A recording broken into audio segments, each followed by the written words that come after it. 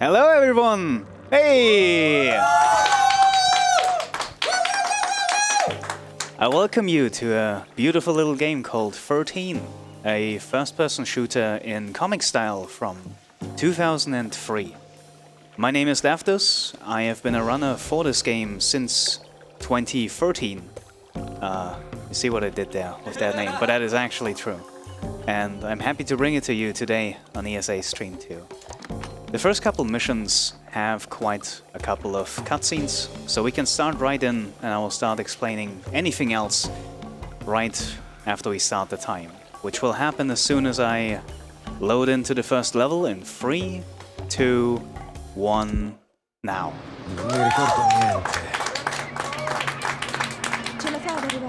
So, as you can see, we can count the polygons on each and every human on this earth, but yeah, again, this is a game... Yeah, around 6 polygons, that's about right.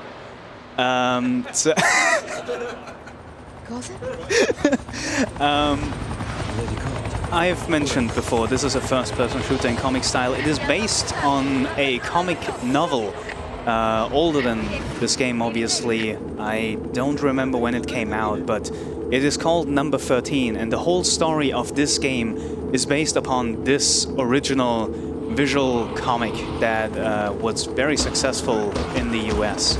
And this game as well was successful enough that it actually, as mentioned before in the crowd, got a remake just not too long ago, and that is also the reason why this game is playable again today. For the longest time, 13 was not obtainable, and the only way to actually play this game is buy it from anyone who has bought it before. With 2021, you are actually able to buy this game right now on Steam for $5. This game has never been more accessible than this day. There will be a lot of missions to cover in here. In total, we have 34 missions to play through in a linear fashion chronologically to end this run. Any percent meaning that I can freely choose the difficulty in which I play. There are no other restrictions whatsoever. We are playing on the easiest difficulty, arcade. Nevertheless, I will be, more often than not, very close to death. Especially if I mess up, which I will definitely do that. We start off this first mission where we actually do something, beat you 2, with one precise shot. As soon as I gain control here, I pick up a throwing knife, headshot through the door, some little maneuvering through the room, and then we can continue onwards to what you will see as the basis of movement, which is just running forward. That whenever we are on flat surfaces, flat ground, this is all we can really do. As soon as slopes are getting involved in later levels in the game, movement will become a lot more technical. Until then, it is very much simple to learn, hard to master WASD sort of movement, where I have to cut corners as efficiently as possible and go the direct lines as best as I can. There is actually quite a lot of nuance in learning movement in this game, even if it's just running around corners. There is a world of a difference between a... That is one hell of a kill. There is a world of a difference between a world record... a world record level of movement versus an amateur like I guess I am at this point. I fully respect the world record run of this day made by Der Kenster, where even the most basic movement in the very first levels of this game, where not a whole lot is going on, is absolutely optimized to the point of no return. It is beauty for a runner and probably looks like nothing if you have no idea what to look for. For the basic story of this game, I won't have too much time to talk about it, but we are a gentleman apparently called Number 13 by our enemies that try to kill us. This is a very much Agent Bond-like secret agent, secret identity sort of story where we have to uncover the hidden truth behind our identity as we've lost amnesia, and also the hidden organization who tries to hunt us down and also throw over the government as we speak. There is a lot of history to cover as well regarding the speedrun community of this game and the story of how all of this route actually is formed in this day. For example, this trick that I am doing right now, I have jumped at this wall at a very specific timing right before this flashback started. If I did that right, I will phase through the wall even before the bomb has exploded and opened the wall up. This is a trick called bomb jump, which dates all the way back to 2008, the first recorded run of 13 made by the Spectrum and Moana brothers in a segmented speedrun. I have made the jump correctly, we have phased through the wall. Apparently I am not able to climb ladders though, that is not possible. This first actual gameplay level is in fact what is supposed to be a stealth level. It is supposed to teach you ways to knock opponents down immediately before they can actually see you. One of these ways is punching them in the back, resulting in a slap to the neck, as is done in GoldenEye. And we can also pick up random or specifically placed objects, which are one-hit kill, knockdown weapons that I can use once until they break, as you can see right here. These cops cannot be killed with anything other than these two weapons, because actually killing them would be a bad guy's move, and we are definitely the good guys here. I will shoot in a very specific spot through this window. There is actually a small gap in that window to shoot that man as he is opening the door to actually unlock a door that shouldn't be unlocked. Normally you would have to wait for a very long time for that NPC to move, but by shooting him through that window into the leg, he first of all doesn't die, and second of all immediately opens two doors at the same time, letting me move fast enough to actually knock out an important NPC that we should meet 20 missions later. He is now lying on the ground, sobbing on the floor, apparently also not remembering that we have done that later on in the missions, when we actually are supposed to meet him. Other than that, this rest of this mission, we might see it again. There is a very small chance that a bug occurs that will guarantee a death at the end of this mission, and I will come to it soon. For now, I will do some clean movement down these stairs, drop down this ladder down here, and hope that I don't die. We have successfully survived. That probably looked like absolutely nothing, but you will have noticed that I have taken 40 fall damage. There is a bug in this game, occurring once every 5 times, sort of, where you take triple fall damage for no reason whatsoever. 40 times 3, not good at math, but I think that's our life, even if it's at full. So that random fall damage bug can kill us immediately in the second level of this game, and there will even be more opportunities later in the game where we will take guaranteed fall damage to be fast. If that fall damage bug occurs, we will die off of that. So there is a random chance every time I drop that I will drop dead immediately. We hope that won't happen, but it would be very funny if it did. Gotta admit.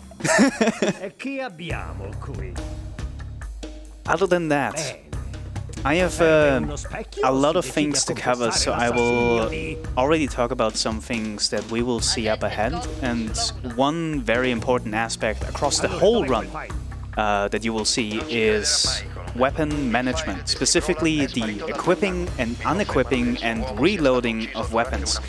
When and what weapon to use and choose is essential, because compared to other first-person shooters, animations of taking out weapons and swapping weapons is very committal and takes a long time, and they cannot be cancelled once you start them. Meaning, if you need to lockpick a door and you need to equip a lockpick, if you get out the wrong thing, you will have to slowly get out the wrong thing, slowly again, unequip the wrong thing and then equip the right thing, and until that time passes, you have either lost a lot of time and feel really stupid, or you might have died or missed a situation that leads to a mission failure. So that is the reason I have bound half of this keyboard to each and every weapon in this game. There are a lot, and I don't even have all the weapons bound. And I have 12 binds just to equip weapons. 12 buttons just to equip specific weapons. I would like to address that that is still not all the weapons I use in the run. I still need to use the mouse wheel to swap weapons at some point. This end part right here, you can see I've taken this chair all the way at the start of this mission to move it all the way to the end, to that guy specifically that is blocking the doorway. He is the only opponent in that level that is actually in my way, and therefore the most efficient way to take that one guy out is take a chair from all the way at the start of the level, move it through that entire level, and then hit him with it to complete the mission. We are now meeting Miss Jones. She is one of the essential NPCs on our side, which is bad news for us because that means we need to escort her through this mission as well. Roofs is a very interesting mission where we have to keep her safe. This can be either very easy or very impossible depending on how good of an aim enemies have. She will more often than not have more than 90% health when we end this level, but she could as well just die when enemies just don't miss. That is a fear that we will have at some point. Until then, however, we have gotten one of our cool new movement technology gadget thingies. This hook is very cool for multiple reasons. One, we can hook up into very high spots if there is a hook spot available. Very rarely used, and also somewhat slow, but it is only way to generate height if we don't have anything else on our side. The second thing that this hook allows us to do is slowly go down to avoid fall damage. However, falling is just straight up faster, and I can hook right before I touch the ground, resulting in immediate fall damage cancel, allowing me to drop way faster and cancelling all fall damage and killing all of these enemies a lot earlier, and moving Jones right here to this next spot. This is a technique that we call hook jumps, and we will use those essentially everywhere where the game intends us to slowly move down with the hook. Timing the hook immediately as right before we touch the ground is a very risky but very efficient way of moving downwards in this game. Alrighty. You can see also that I, throughout this entire mission, from start to beginning, stand on very specific spots and very specific timings to move Jones to the next spots as early as I can. Here I have listened to an audio cue to cook the nade in a very specific timing to kill these enemies as soon as I can with a nade into their face. Grenades in this game are very particular because they take a very long time to actually explode. They have a fuse time of 4 seconds, and by god it feels like 9 if you try and use these things.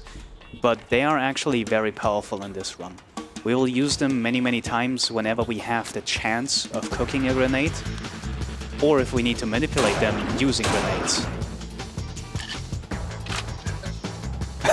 Thank you. You can see that the hitboxes of these enemies are quite a lot larger than they appear to be. However, that does not really matter if you need to hit headshots. Enemy hitboxes are very confusingly placed because even if you sometimes only see the head of an enemy, you will do body shots instead. But other times where you completely whiff, you will still hit enemies and you have no idea why.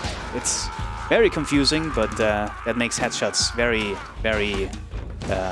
challenging. Alarme! You can see that...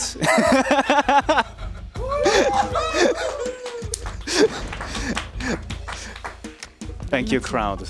You will hear a lot more alarmes in this game.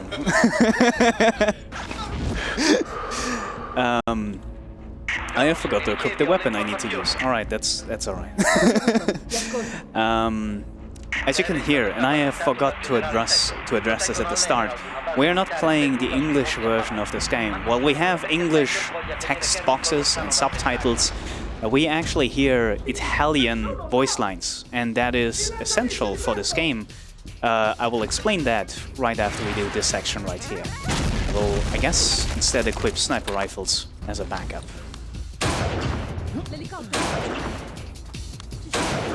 He didn't die. That is fine. You would normally use a grenade for 2 of these people and sniper or revolver for 2 other people. That is completely fine as a backup. Killing these enemies right here ends the level practically. So yeah, we use Italian as the language of choice. Why? Because it is faster. What is the real reason? Well, dialogue in this game is very much, as you've already seen, there's a lot of in this game. And dialogue also differs in length depending on in what language you play this game in. For the longest time we have thought that French, the original language of this game, is actually the fastest to run. That was back in the day, in the Wild West of 2013 to 2016, when only 3 people were on the leaderboard of this game. Well, it was 2014 rather. But at some point, the world record runner Layers, who hold the world record from 2014 all the way to 2018, he retimed all of the dialogues in this game in every language possible, and he figured out that actually Spanish is the real winner and is the fastest language in the game. We took that language for the longest time until we've refined some routes that actually affected language, and we've also made some more accurate decisions of of timing dialogue, and we figured then out by the help of Mr. Criminal, that is another runner very essential for all of this game's history and routes, that Italian is actually the fastest language. So that's what we are running today. Enough of languages, we are in Emerald 02, the second level of Emerald Base. Actually, this is where levels are intertwined and resources that I collect from previous levels. Oh, god damn it. Carry over to the next one. That shot is difficult, but it's fine. This second level is actually very special in that we have free choice of what objectives we do in what order. We need to destroy 4 objectives, or 4 generators specifically, and we can do so in whatever order we choose. That's why we also sniped one of the generators from the other side of that area without ever lockpicking the door that you're supposed to lockpick to get to that. We have sniped with the pistol through a window that first generator, lockpicked the second one, shot it from far away with the pistol to optimize our movement. There was the third one, again shot through a window, and this fourth one is a very specific setup. I am just a god, I don't need any setup at all. So that's what's supposed to be a very specific assault rifle grenade. I have accidentally pressed right click and it worked.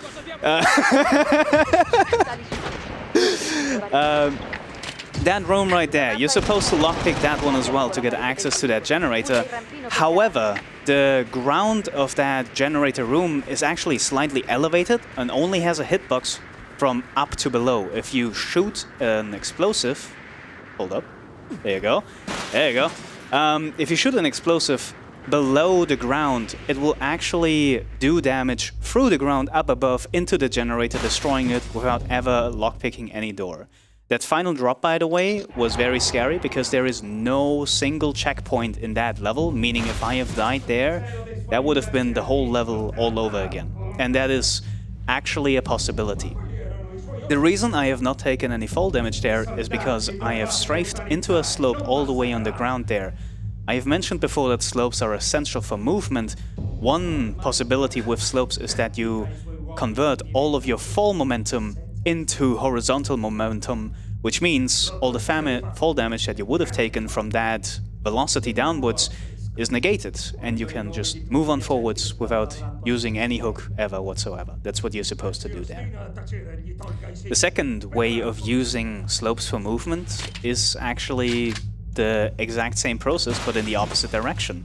Moving and jumping into a slope converts all of your horizontal momentum into vertical height, which allows for a lot of high jumps that are, or shouldn't be, possible, and yet here we are, allowing some crazy tricks later on in the game where these slopes become a very massive resource for height and cool tricks.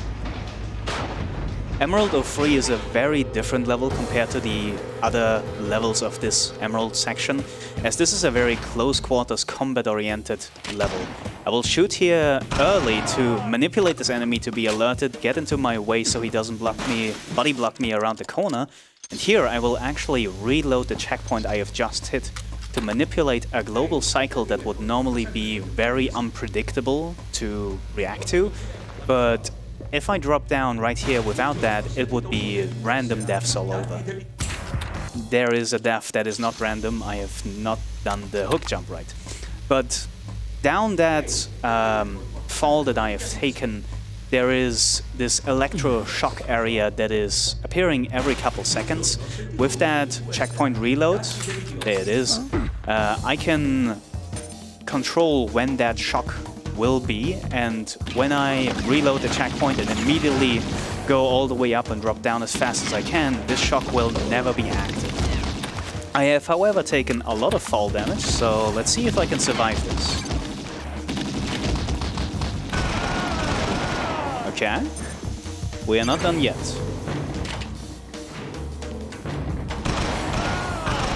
There you go. Okay, we have officially survived with 18 HP.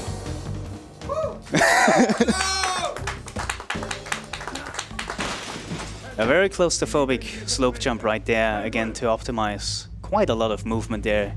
Jumping these boxes up individually is very annoying and has taken a lot of my nerves in the early days of running, until we realized, wait, there's a slope on the side, we can just jump against that, you dummy. And we did it, and it is really good. We have a bit of a longer cutscene coming up, but funnily enough, it is one of my favorite cutscenes because you actually maintain control and it allows for a little bit of shenanigans along the way. I, however, do need the lockpick to lockpick a door and not a keycard. Here we have Mr. Carrington over here. He is another essential gentleman that knows of our identity, which also means we need to protect him for the next 2 levels. Until then, however, we can restock on some supplies, maybe phase through a... yeah, can't phase through a door, but we have this little camera display right here, and it makes a cool sound when I look on it. If I look on it from the side, I can do it even more if I slope on top of it.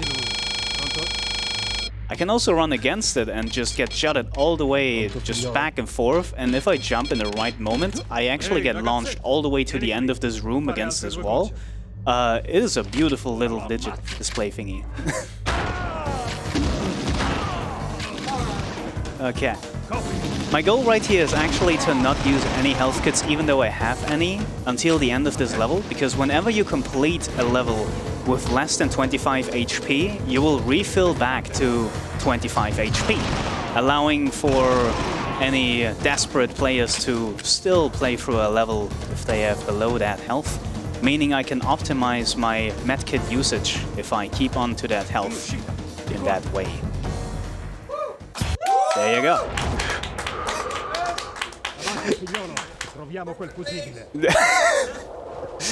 Emerald 04, this level right here, is very special as it is yet again a bit of an open level where we need to kill all of the enemies spawned right now to get a keycard. The last enemy I kill will always drop a keycard, and therefore careful routing allows us to always get the perfect enemy to drop a keycard.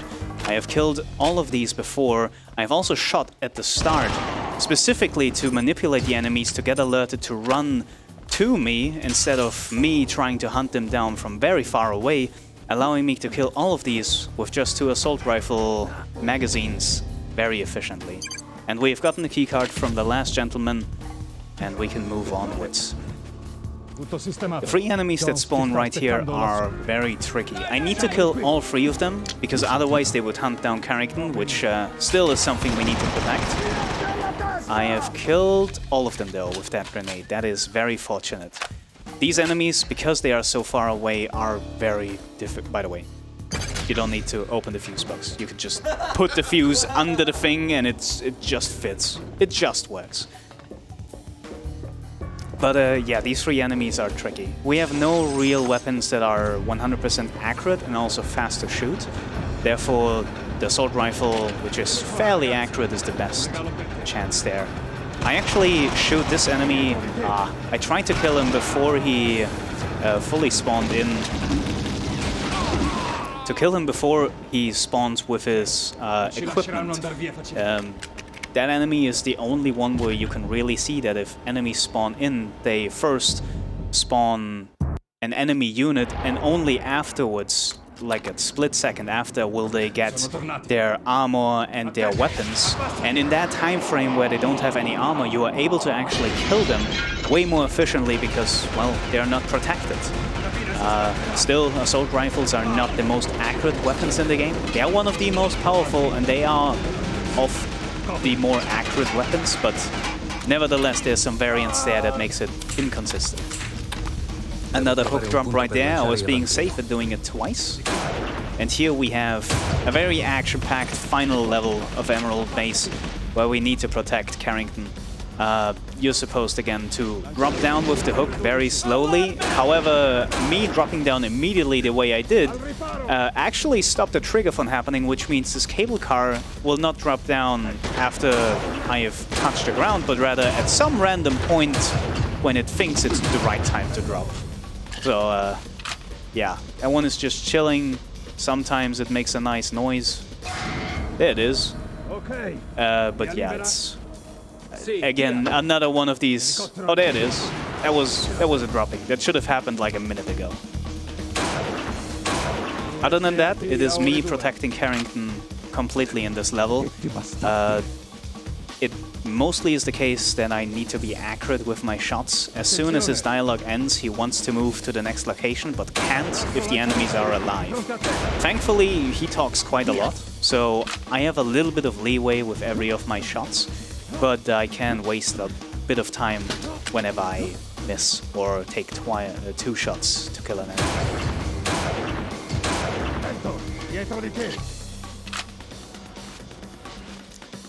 Also, again, the same rules apply as in the roofs level. I need to stand in very specific spots so Carrington doesn't feel like he's left behind, and he will move along the nodes that he is programmed at moving in as quickly as he can. There he is. This final section, you're supposed to use this M60 from all the way at the start. However, there are 2 enemies all the way at the back that spawn really far away. The sniper rifle, if you have ammunition left, is a better option for those 2. And then we kill these enemies in a very specific order to spawn the next enemies as efficiently as possible, to never pause. Oh god. And move to the next level.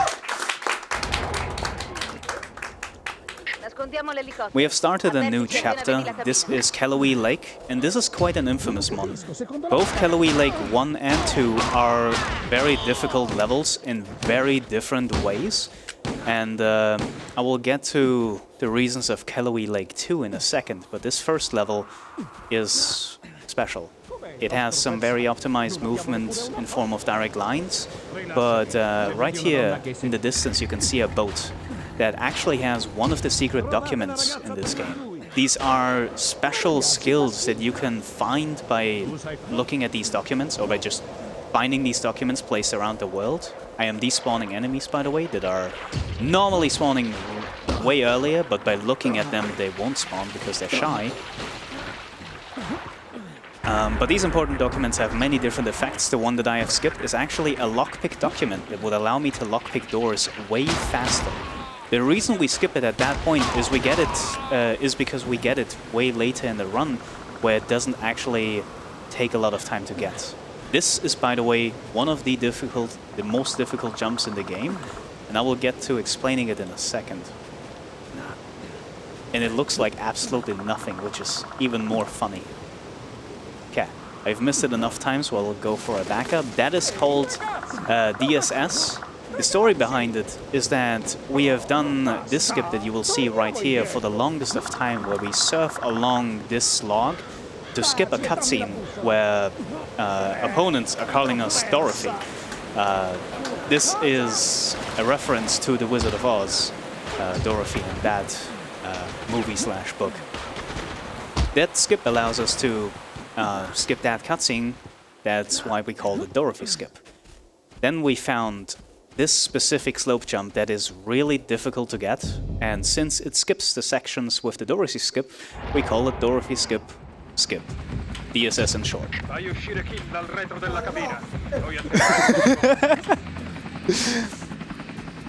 But that is fine. It was a fairly fluent first Calorie lake, apart from using Dorothy skip number 1. And we have fairly good health for the upcoming section that is Calorie Lake 2. And this is where I need to reach a bit further back to let you know why this level is so memorable for older runners of this game.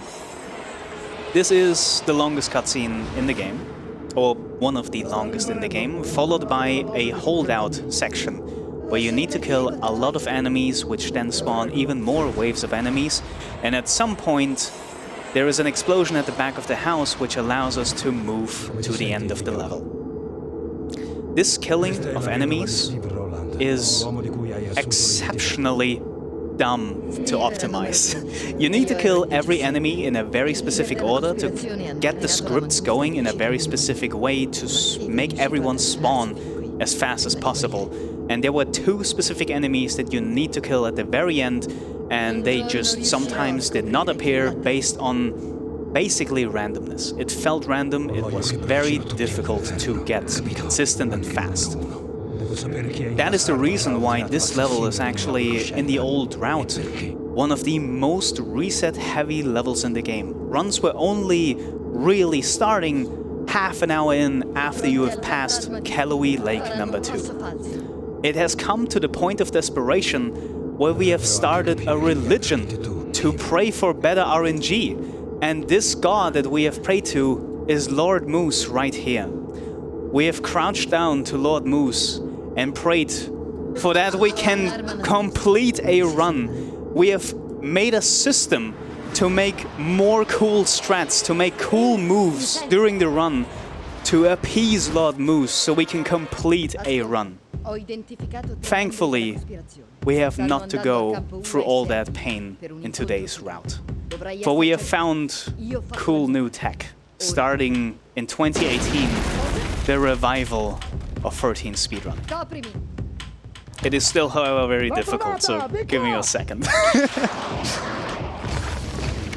I will need to kill this opponent in the first shot, which is a good start. Here is a very specific slope jump, which I have done full first try.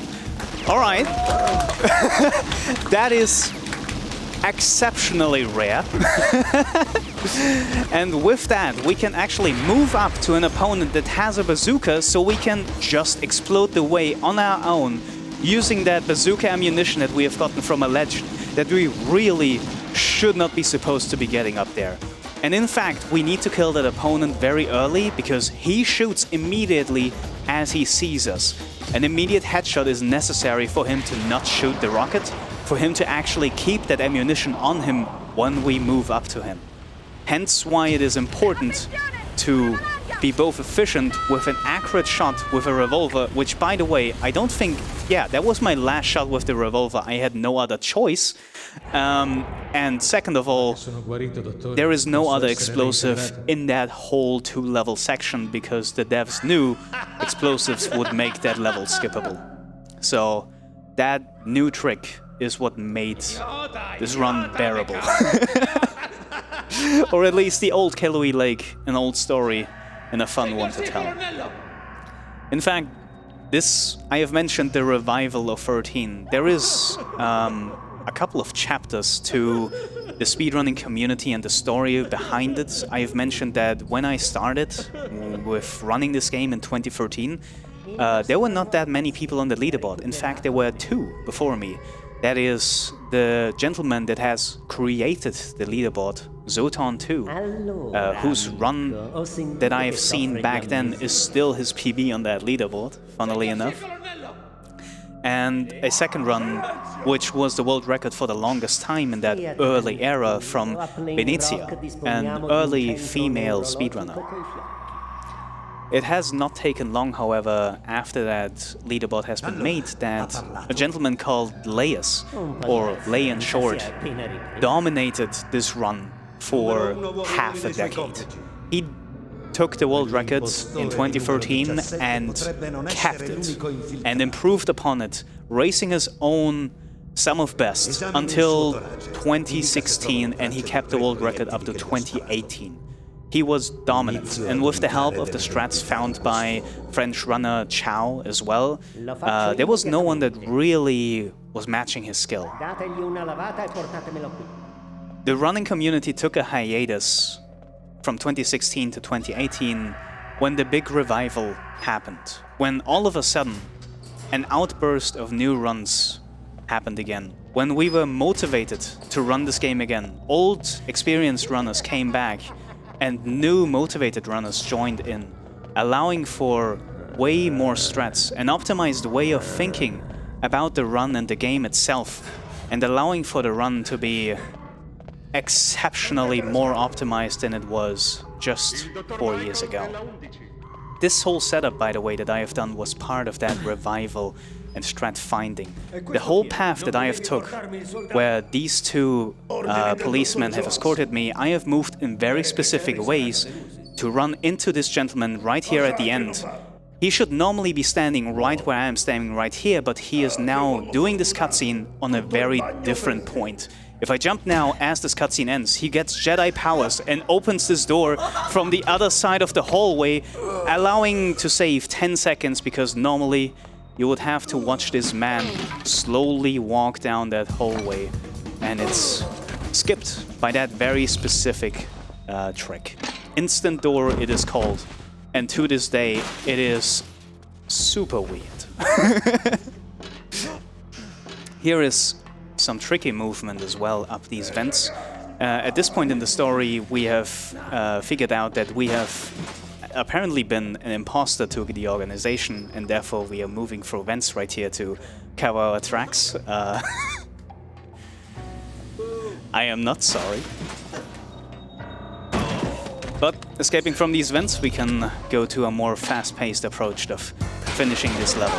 This gentleman right here has a key that starts a whole bunch of key juggling and optimized movement combined with what I've mentioned at the start, item management. I need to sort my keys and swap to the keys as efficiently as possible, while also,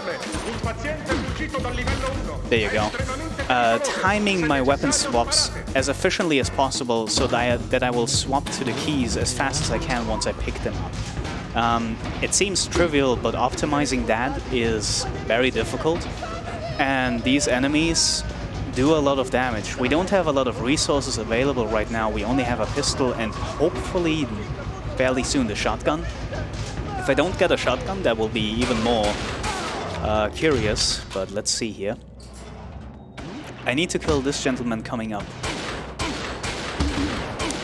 fast, which did not happen, so we have to avoid the shotgun for now. We now have 2 opponents on our back side that we would normally kill with shotguns. We'll try to improvise to not die. There's no one else following us, that is good. And we have killed this gentleman in 2 headshots, which is the most efficient possible. We have survived the first of 2 plain rock levels, and this second one is probably even more difficult.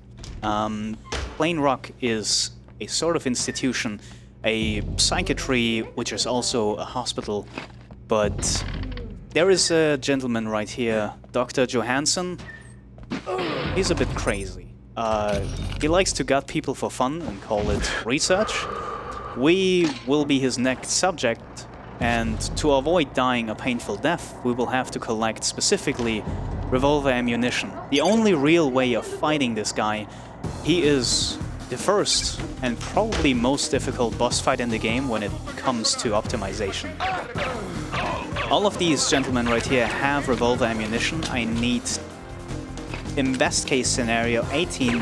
I would like, however, to have 24 at my disposal for safety. I will use one right here for optimized movement right here, otherwise that guy would have body blocked me. The rest of these shots will be used for the boss fight coming right now. Johansson is special and difficult because he is actually a boss that has many different patterns to choose from, normally very random, and his movement is exceptionally unpredictable. He can be killed with 18 headshots. However, his erratic movement along with his randomized patterns makes it very hard to actually kill him in 18 shots. In all of my practice runs, and actually in the last couple of years, not had that happen once to me. I do, however, have a manipulation right at the start, which he sometimes follows, which allows me to get more hits in and get me a bit of time to manipulate two of his faces. Let's see if that will work. Okay. This syringe is an interesting attack because as soon as it hits me, I will be stunned for quite a long time and I will lose my weaponry. However, that was 18 shots and a Johansson dead. That is really rare. For me, at least. Right after the boss fight, I have moved to a specific spot to start this flashback as soon as I can. Right before that, however, I have moved a painting to the side to discover another of these secret important documents. I have mentioned one before. This one was the better sniping document, which allows me to have better aim when sniping. This means that there is no, I guess, it wasn't very noticeable before, but sniper-type weapons, when scoped in, have a blue bar at the right and left-hand side. That the bigger they are, the harder it is for that weapon to aim when scoped. That effect is now nullified, and we will need that for an upcoming section. By the way, that lady, we should have saved her, but punching her is just way faster. And funnily enough, the game really doesn't expect us to do that. In the cutscene that we will skip, she is there thanking us that we have saved her life, and no, we have left her here. We punched her so it was faster. Okay, one quick kill right here, and we are starting another one of the most infamous parts of this run. Canyon 01 is exceptional. It is a level full of slopes, and if you've heard me talk before, you know that slopes is a speedrunner's dream in this game. We have so many opportunities to cancel fall damage and gain more height than we are supposed to. There are free jumps in particular that will skip insane amounts of things. This first run right here is very specific. This jump has skipped over a trigger that spawned 3 rocket launcher opponents. Rocket launchers, by the way, killing us instantly if they hit us directly. So that second jump right here allows us to skip a major part of this level. Normally, this is one of the biggest levels in the game, but that skip has skipped, that jump has skipped the first section that we will be able to skip, and this triangle jump right here. There you go. Third time's the charm. Allows us to make what would normally be a very, very long level to the shortest one in the game, pretty much. These jumps are difficult to learn and probably one of the main learning the game. They are, however, consistent as long as you can hit your jumps correctly.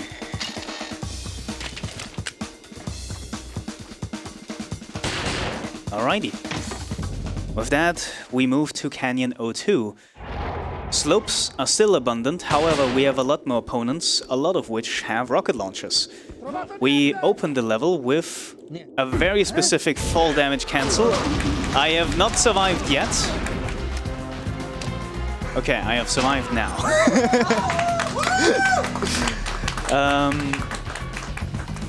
You can see here are just so many enemies with so many rocket launchers. It is a sight to behold, and I think there is no other section in the game where the game really throws that many really dangerous opponents at you. I have also taken quite a lot of fall damage, so that will make the upcoming drops more interesting. Here again, I need to drop on very specific slopes to negate all of the fall damage right here. Here's the second one. Both of which successful, however, we are not finished yet. Oh god. Let us behave weird when you don't look at them. There you go. There is one final slope jump right here that allows us to skip the ladder on our left-hand side, and at the same time, this also skips a lot of spawns that would normally happen all around us. I will take, actually, this medkit. I feel a lot more safe now. There would be a lot more enemies normally around here if I would have taken that ladder. However, with that specific slope jump, I can move up here as conveniently as I can without getting shot at. A couple of blockades later, we have survived Canyon 02. Just one opponent and one shot in our way. It is gonna be interesting. Nope, okay. It's fine. AKs are fairly accurate. You would normally want at least 2 revolver headshots, or 2 revolver shots for that final opponent that we just saw right there. He is the one that keeps the level end trigger from spawning, so killing him faster means ending the level faster, of course. We have ended a fairly long chapter. Apologies. In the game, starting right off with an infiltration into an army base and a cutscene that we should normally watch. However, we don't like doing that. This is specific, so I will shut up for a second. Oh god, we have survived. To explain what just happened. This is normally a dialogue between these two soldiers calling these rookies all sorts of names, and they are thinking they're John Rambo. To copyright reasons, the subtitles always say John Rainbow instead. But the voice lines are always John Rambo, funnily enough. But these two opponents you should normally avoid until they leave the room. If you would normally do what I just did, the game intends you to die by their gun. They are equipped with full armor, full helmet, and in fact, way more ammunition than any other enemy, and also 100% accuracy, something that no other opponent in this game has, and yet we are able to survive thanks to the mechanic of Goomba stomping. Yes, you can jump on opponents' heads and kill them immediately. The only way to actually kill these opponents right there is by jumping on top of their head with combined movement on railings. So it is very easy to die there, and dying there loses 45 seconds. I'm very happy to get that first try and to survive that section. Here is the second occurrence in the game where we can use this flashback as a mechanic to phase through walls and doors. This time, however, it is way more specific and way more minute and time safe. I think I got it, but it is very rare to get that one as well. If I just walk right through, I have gotten it. Holy shit. Apologies. There is a very, very small section where you are actually airborning that because of the door frame. And so getting enough height or timing the jump in the exact time where you are against the door, airborne, but also when the trigger of that flashback starts, it happens rarely. We are now in the Spats camp, and this is supposed to be a stealth level, including explosive barrels that are stealthy, and no one can hear apparently. But this section right here, once we are in this area, we are in a very specific, unconventional state. Normally when an alert happens and when someone presses the alarm button, something will trigger, and within 2 seconds after the alarm has been met, the game will fail the mission. However, this cutscene right here that we have started is peculiar. We have free movement throughout it, and we can't actually fail the mission with other alerts not coming directly from these NPCs or these opponents in this area. And at this point right now, you're supposed to actually be within this tent hiding. You can actually see some opponents that would block the doorway out of the tent on the back side. We can't kill them yet, but they are again also triggered in a very particular fashion that if they see me at all, immediately the mission fails, as is with the essential NPCs within the tent. But us being outside means we can actually move around a bit, have some fun. We are, for example, on top of the tent. Here we are on top of apparently invisible walls of boxes. We can jump around, sadly not out of bounds, but we can take a bit of our time until this dialogue is up to a certain point. The reason I have picked up the sniper document is for these two opponents in the back here. If I miss a shot, these will be alerted and immediately the mission fails. The good night in this dialogue we see right here is the cue for them starting to leave, and you're really not supposed to see these guys leave. The sniper document allowed me to accurately aim at their heads even with their erratic movement, allowing me to guarantee a kill on them.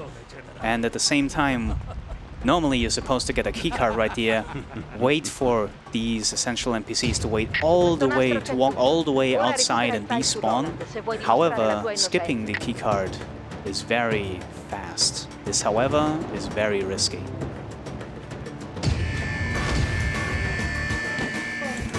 There you go. We have passed the checkpoint. We have triggered it just before we have failed, allowing us to continue, even though, by all means, we should have reset, or the game would have liked us to reset. That skip right there is incredibly costly if you miss it. Failing that section would make you have to watch that 2-minute cutscene all over again, meaning you have just lost 2 minutes, and at the worst case possible, you would actually hardlock the game from working properly. There is a glitch in this game that if you hit a checkpoint right after you have failed a mission, any mission end trigger in the game will despawn, meaning it is impossible to end the level no matter what. Even if you have progressed through the rest of the level completely ordinarily, you are not able to actually complete a mission and get to the next map. You can only fix that by restarting the game. And that trick comes very close to that risk being a possibility. I am glad I didn't have to do that. We have now alerted everyone in this camp and are now running right through here. We have planted a bomb, which is why we are now out of stealth mode. This gentleman right here is someone we need to manipulate. Close the door on him so he doesn't get in here. As soon as he walks into the room right here, he spawns actually way more enemies, so shooting at him individually keeps him from moving into that room, therefore also skipping a lot of spawns that would normally happen within that room. Only one enemy stands between us and the end of this level, and this is McCall, the general of this whole army Spats camp.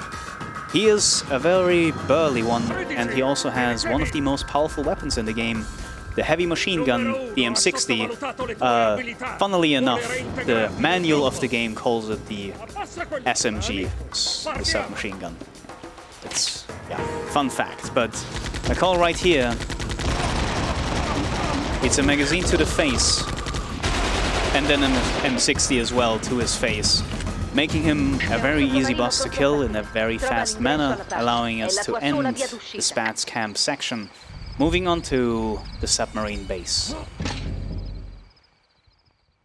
This is still the same chapter, and we will have many more levels to come within this one chapter, meaning all of my equipment will still be relevant from what I've picked up in the first couple of levels to the end right here.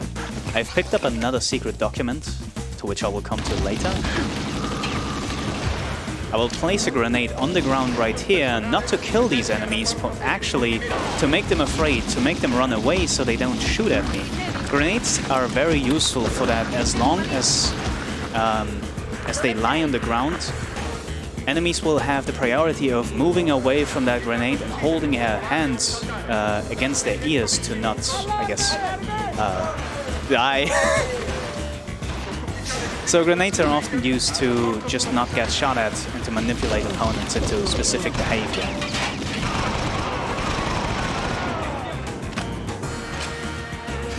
This is one of the occurrences where fall damage can kill me. If the fall damage bug occurs, however, we were lucky enough that that didn't happen. And we have enough health to spare to just move up here, ignoring all the enemies we have just passed. The important document that I have just picked up was the better healing document. That is one of the best documents in the game, as it doubles our healing possibility with each and every medkit. There are small and big medkits in this game. Small ones normally healing for 25 health and the big ones healing for 75. Now that is doubled, meaning our health situation is now a lot easier to control, which will be important for the rest of the run. We have here the submarine that we are trying to infiltrate. We have a very specific setup which works sometimes to actually get on top of this submarine. That is a very giant slope jump that we need to do off of water, which is very difficult to manipulate as well. But we were able to walk up here, allowing for some optimized movement, not having to swim, and starting a very specific level, which is Submarine 01. This is a stealth level which, getting seen at any point in time at the start, or actually just any sort of wrong movement and just moving slightly too fast or slightly too slow, will fail this mission immediately. It is exceptionally easy to reset here many times, because you need to walk very specific paths in very specific timings to simply not fail while moving fast. I would like to quote Zotone 2 in this level, for he said, "This is the only level and the easiest level in the run that he can do 100% consistent." He then failed this mission about 5 times in a row. That is the nature of this mission. But you see what I just did there. Just barely before that door actually locked itself, I was able to open it because of my very specific movement, allowing for skipping a very long cutscene, a lot of triggers, ending this level exceptionally fast. That was a perfect Submarine 01, also something that you really can't just wish for anything more.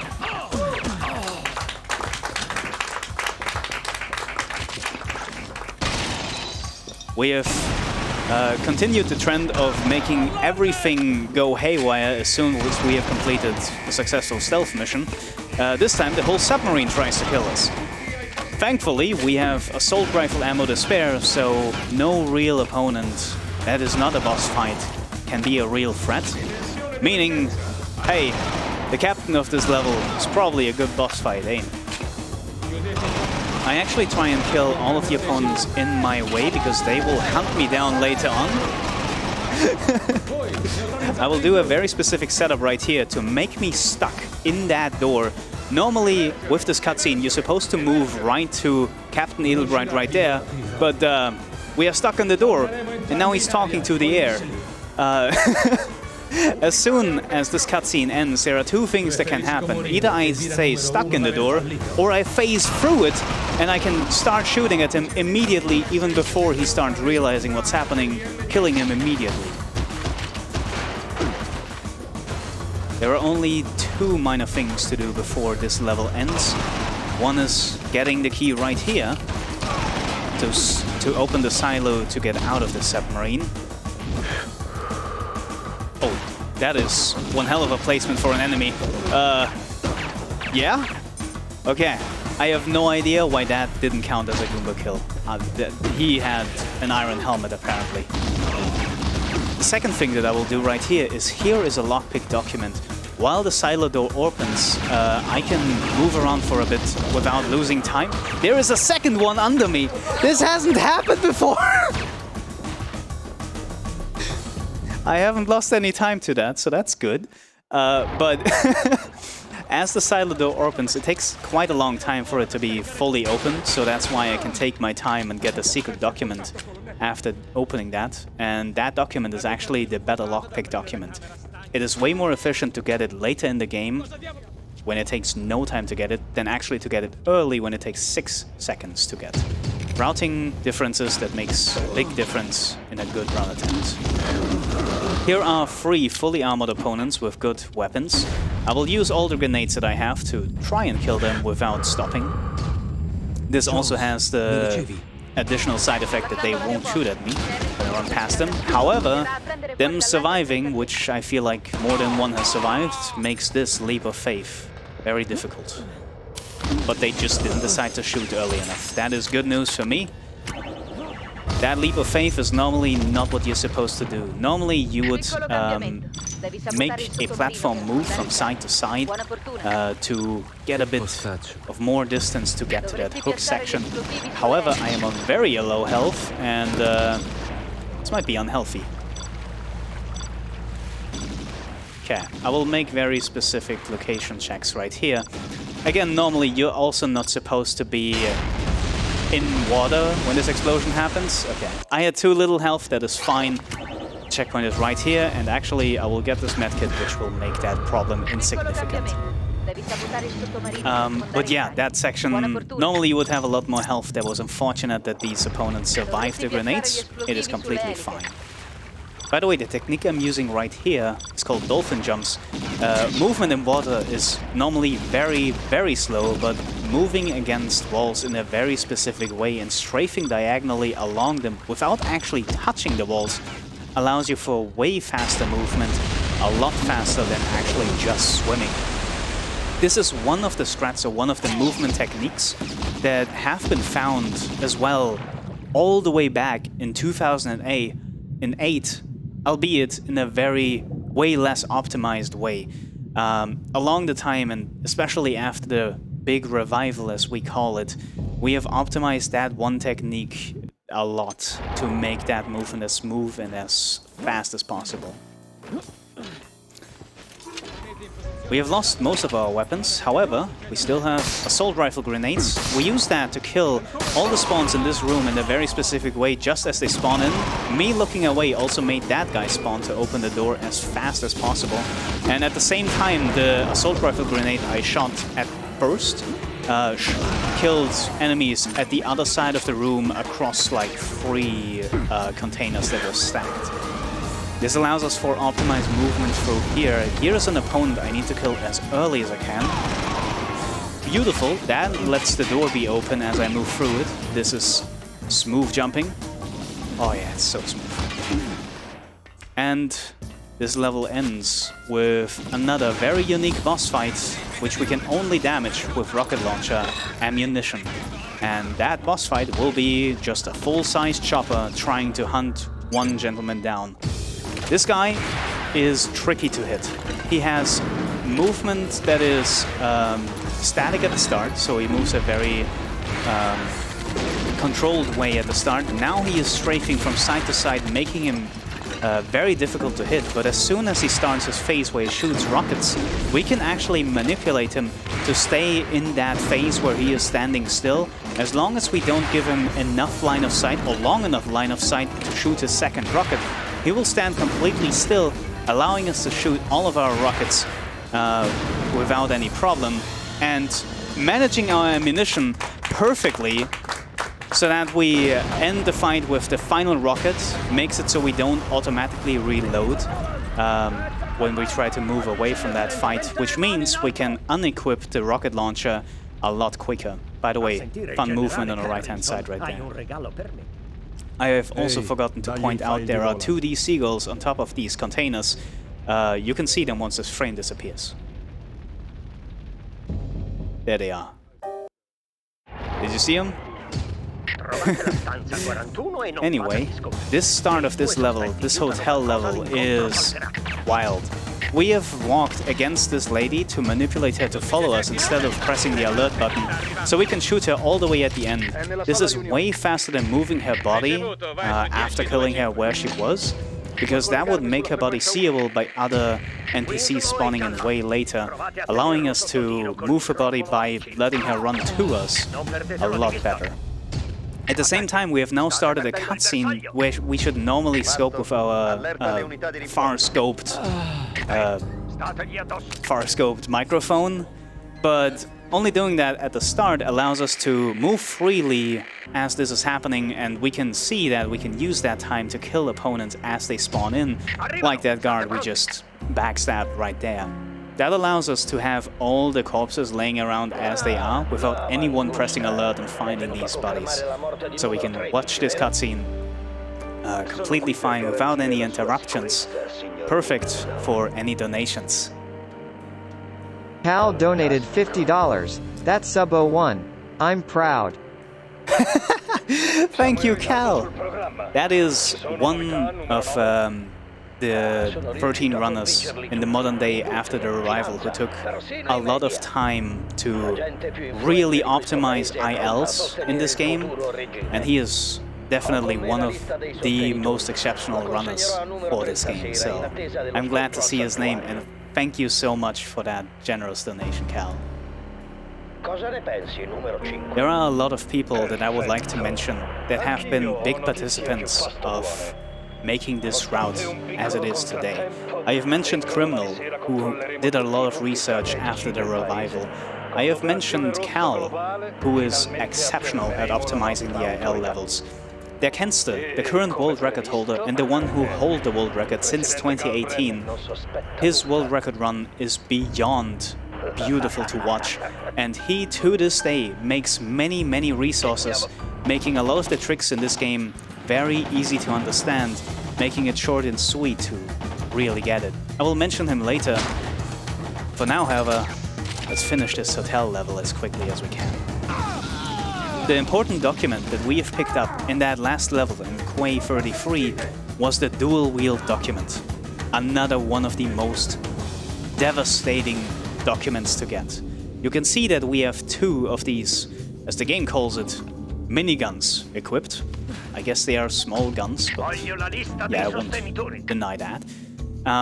They are very fast-firing, inaccurate guns. However, when two equipped, they become one of the most devastating damage sources that we have at our disposal. Showing you right here, that was a boss and an enemy right behind there that I have killed accidentally. Two miniguns are really strong. They are only held back by needing a lot of ammunition to really use. Yeah. But whenever we get the chance and we have a boss fight coming up, if we have two miniguns, we sure as hell will use them. They are exceptionally good.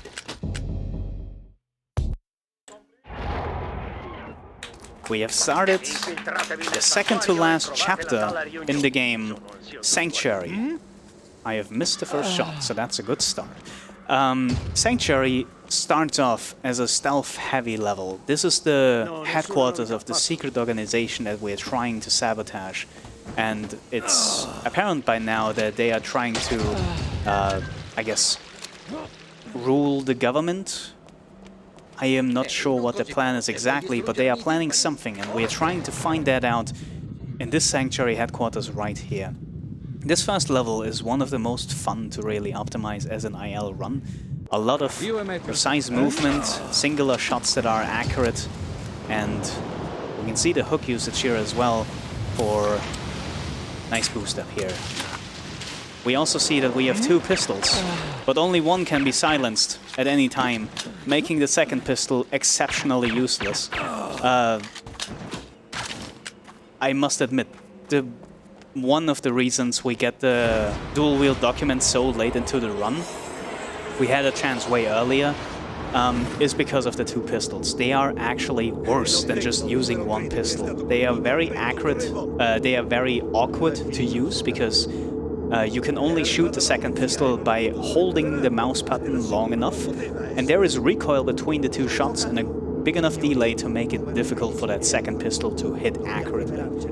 Meaning, with the combined fact that the second pistol can never be silenced, you basically never want the second pistol equipped, and the game automatically equips a second pistol whenever you have one.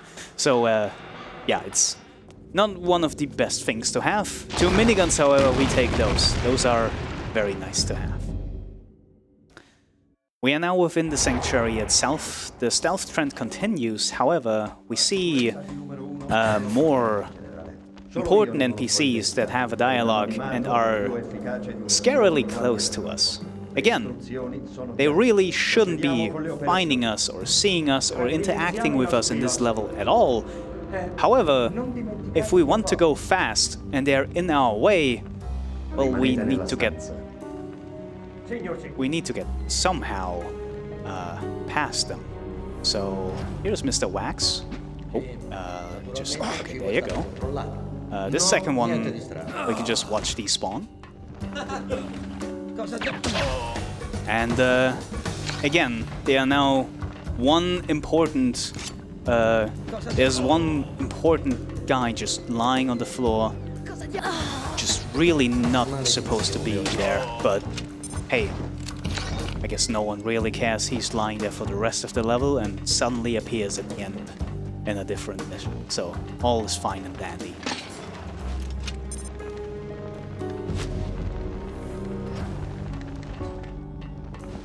Okay, we have one final section up here in this stealth-based level. There are 2 opponents right here. Only one of them will press the alarm button, so that's the only one I have to kill. And the rest is just movement to the end. I will make more enemies spawn, but all of them just have crossbows, which not a very powerful weapon if they hit the body, so I can mostly ignore these and play in this secret key that really takes a while to figure out if you're playing casually. Move on to the 3rd sanctuary level, this one being a bit more intense, and from the reactions of the crowd in the past hour, I believe this will make you quite happy. Okay, let's just walk through here. That is not the route. That is not the, okay, this is not, I have somehow saved it. All right, fair enough. None of that was supposed to happen, but we have made it. The reason I have mentioned possible happiness is these 2 opponents right here don't have any button to actually alarm anyone, meaning they only have their voice to let anyone know, hey, we are getting infiltrated, but no one is listening to them. This will now continue until the end of the level.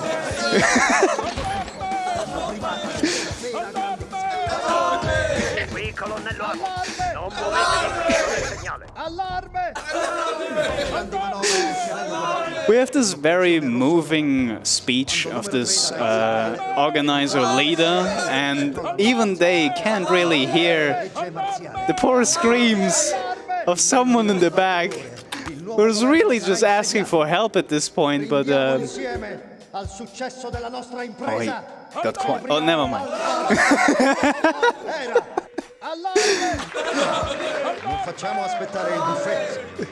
There you go.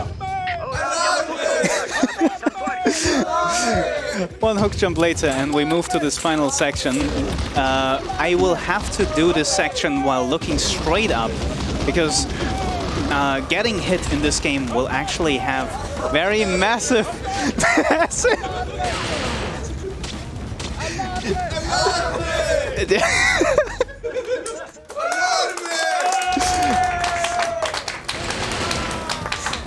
Applause yourself. Oh God.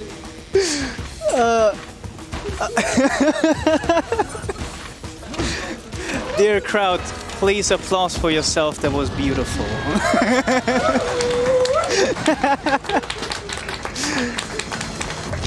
We have moved to the final, to the final level of Sanctuary. This, as any other stealth level, has become just a complete shootout with us trying to escape. this area after we have gotten our information, apparently. Here we have, on our zipline, a sniping section. Here is one of the moments where the sniper document is essentially, very essential for killing these fairly easily. I will try and hit them as early as possible, because otherwise their movement becomes quite erratic and unpredictable. And the rest will be done, I guess, with pistols and AKs. The AK is a fairly accurate gun. Okay, I say as... it's... well, okay. Apparently, accuracy is not my forte, so I will just use miniguns to kill these opponents on these helicopters. I am missing everything. That is fine. We have actually collected minigun ammunition from all the way at the start of this level, or this whole section to the end, for these opponents, but I guess it just wasn't effective today. Nevertheless, we got it done. Lost a bit of time at these final kills. That wasn't that beautiful to look at. Still, one last jump. That was really close to death. And we have started the last chapter of this game, SSH1. We now have a very long cutscene in front of us, and this is probably a very well-placed one. Whenever you are at this part in the game, looking at this cutscene, trying to get into the headquarters of the US, I guess, Secret Service, you look back on the whole run as it was, getting really nervous and trying to calm down if it was a good run, and really trying to find any way of optimizing it if it was a bad one. The first two levels, or I guess the first level particular, SSH1A, the one we are in right now, is a very challenging stealth level. It might be the longest one in the game, and any mistake along the way will be a checkpoint reset, costing 10 seconds to a minute of time loss. Especially the final trick at the end of this whole level is something.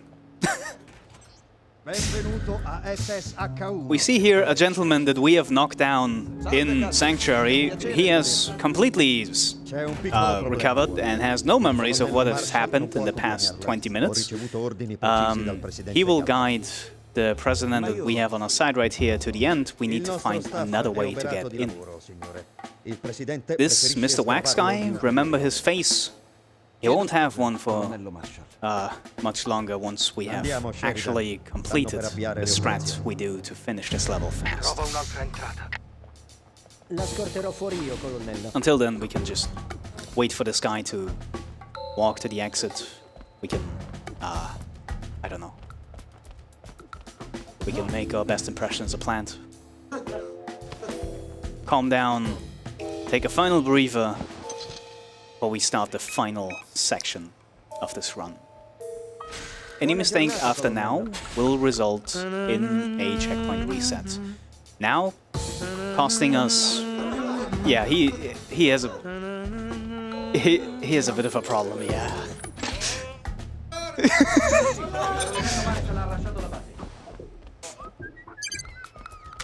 Who did that laugh? That was legendary. Alright. We reset this checkpoint to make a global cycle start for all the enemy placements right over here. We alert this opponent just long enough that he walks out of his regular cycle, but too little for him to actually go for the alarm button. He will now chase us in a very slow marking motion, no one being able to see him once we are done here. Press this button right in front of his nose and just run away.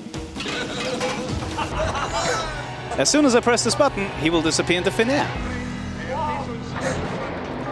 Oh, I got the one frame button right there. This button locks itself after what feels like 2 frames of time to press it. We don't need this chair. This section right here is also very specific. I will stand in the sight of the opponent on my left-hand side long enough so that he is alerted that he will turn to this button right as I come to him to backstab him. he will take a broom. And this gentleman, I might be able to avoid entirely if I'm just very sneaky. There you go. Now, this whole level is supposed to be stealthy based on the fact that these important NPCs will walk throughout this entire map checking for bodies. However, a bottle to the face solves all of those problems, allowing us to skip these important NPCs, running straight to the end, not having to wait at all for them to check the whole floor for bodies. It would be a very long level if you would have to hide them from the escorts of these two gentlemen. However, that bottle throw that is very specific allows us to just knock out Wax yet again. He just can't get a break from us trying to be fast. Here we have another specific fight where I will kill this opponent, wait a very exact amount of time, shoot a grenade, and that kills both this gentleman and one that just spawned right in where that boom explosion was. That was where the other opponent was. Here we have another boss fight. That was another boss fight.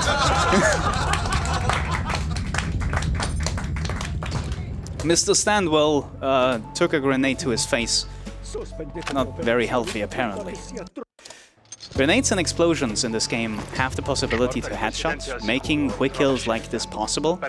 However, sadly, this is the only boss where it is really plausible to make a headshot grenade kill possible. If there was any other one that was consistent, we would do it.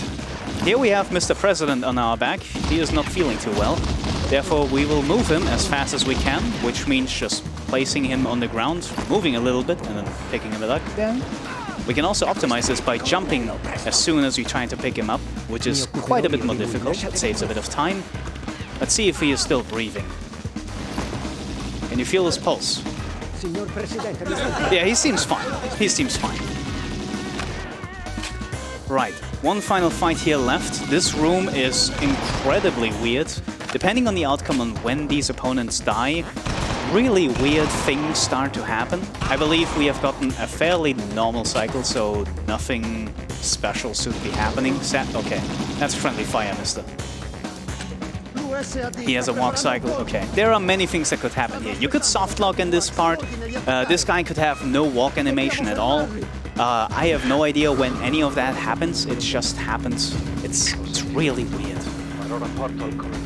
But we have completed the second level of SSH2, SSH1. We are now in the third and second to last level of SSH1. This one being just one room, being one big fight. We have to be exceptionally optimal with when we kill what opponents and when we move where. I will place a grenade on the feet of the two guarding the doorway. They weren't expecting that one. I will use an assault rifle grenade on the way to kill that shotgun guy all the way at the end. Hopefully, if I was just right fast enough, I will spawn that guy right there, killing all necessary spawns, killing the last couple ones with the M60. Oh god. Shotgun? Yeah, that's the right option for... Yep. While I was fighting all of these opponents at the same time, I was moving to these stairs, starting a dialogue that Wax just held by himself. This dialogue, again, dependent on language, takes more or less amount of time. And you will have to be optimal, have every opponent killed by the time he ends his dialogue. This route for this room has changed with every time we have changed the language of this run, because we had different amounts of times to kill all of the opponents in here. With French, where we used to think it's a fast language, we had a lot of time to kill all of the opponents in there. When we made the switch to a different language, we couldn't understand why nothing worked anymore. So that took a bit of research. That was a fun realization of language affecting more than we thought we affected with that. Needless to say, however, killing that room starts this final section. We can start his dialogue just by standing outside of his room, and we can do that to get resources for the final level. Or the, I guess, second to last level. The last mission being just a cutscene. The one upcoming is the actual last fight mission that we have. In this last mission, we find a lot of unique ways to use the equipment we have. For example, this hook right here has very specific properties when trying to use items. We can, for example, press this lever through the box only when you have the hook equipped. If nothing else in the game equipped, you can't actually press that button, press that lever through the wall or through that box right there. We will proc a grenade and throw it against this door, hoping that it will just stop the door. And now we have a very specific grenade shot through the lock there, destroying the servers immediately, starting the final fight of this game. Mr. Mongoose coming up is an exceptionally difficult fight for a casual player. I will style on him just a little bit.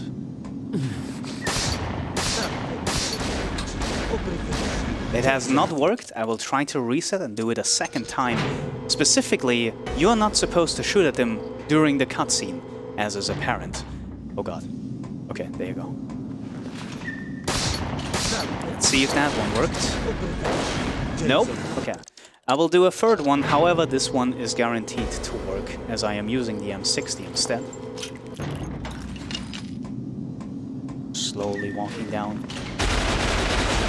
So, while this is going on, it's very loud. This is the only cutscene in the game where you can actually shoot as you start the cutscene. And if I have done this correctly, I can skip the first complete phase of this fight. He has not taken enough damage, but that would have allowed me to skip all of the first half of this fight, trigger a cutscene within the cutscene, make the health bar not spawn, and also Mongoose being very confused as what is happening. The bad news, however, is since I have missed that trick, I now have very little ammunition, so I'll need to, I guess, be a bit more creative with the end here. By placing us very specifically behind this ladder, Mongoose is very confused. He tries to shoot at us, but as long as he doesn't have direct sight to us, he can't shoot. And therefore he also can't start moving in any other direction. I will start to use assault rifle grenades to make this more optimal.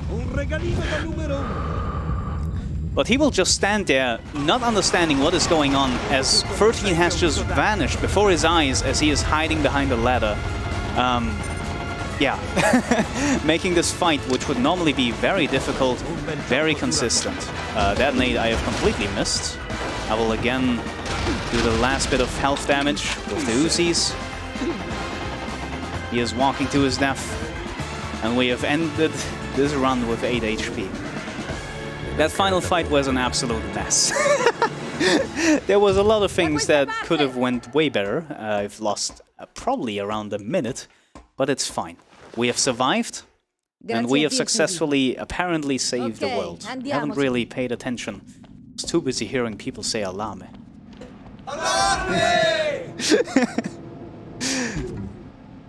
But yeah, this is it. There is only one level between us and the end of this run, which also marks time.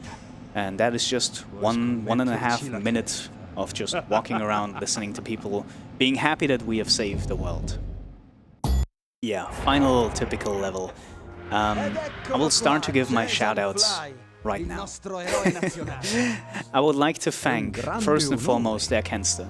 I have mentioned him before as the world record holder of this run from 2018 until now.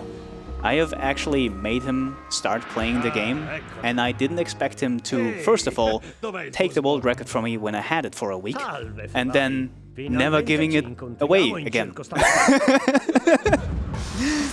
He also made most of the resources that makes learning this game easier than ever. There is a couple of videos explaining the most important tricks by him in very short videos, done very exceptionally.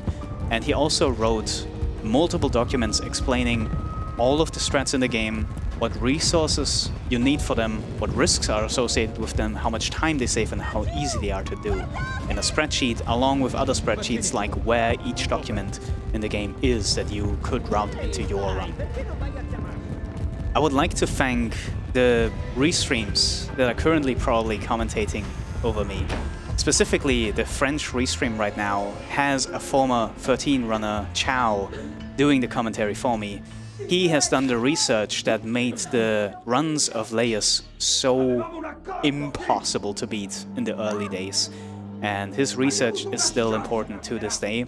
So I am especially thankful for him for still being in this community and commentating my run as we speak. So, Chow, if you're listening in, merci beaucoup. Oh fuck, I forgot the rest. Merci beaucoup. I can't hear through the headset, sorry. Thank you for your commentary, Chow. I learned it in French and I forgot it immediately. And yeah, also the German restream. I am normally part of that when I usually am with these events. I hope you guys are doing well. Bummel an euch, liebe German-Leute. We have now time.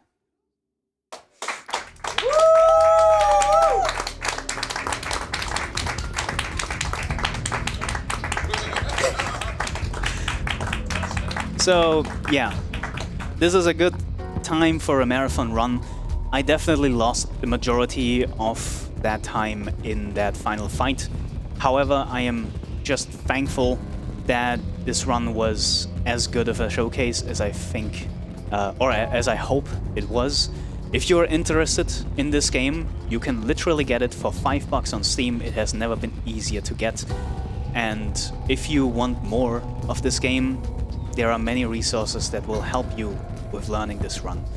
If you have any questions, there are resources documenting everything, and any question in our speedrunning Discord will be answered immediately, probably by the Kenster, or by me, or anyone else checking it in right now. That was it from me. Thank you, dear gentlemen in the back, making this one hell of a ride. I love all of you. And I would like to thank you, dear listeners, for still being here. Have fun with the rest of ESA. I'll see you soon. Bye, everyone.